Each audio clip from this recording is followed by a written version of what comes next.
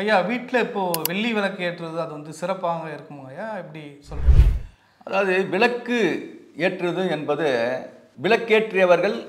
விளக்கேற்றியவன் விருத்தி அடைவான் அப்படின்னு சொல்லுவாங்க. எவ்வளோ நம்ம ஒரு விளக்கு ஏற்றுறோமோ நம்முடைய குடும்பம் விருத்தி அடையும். அதனால தான் எந்த கோயிலுக்கு போனாலும் நாம் ஒரு விளக்கு ஏற்றுறோம்.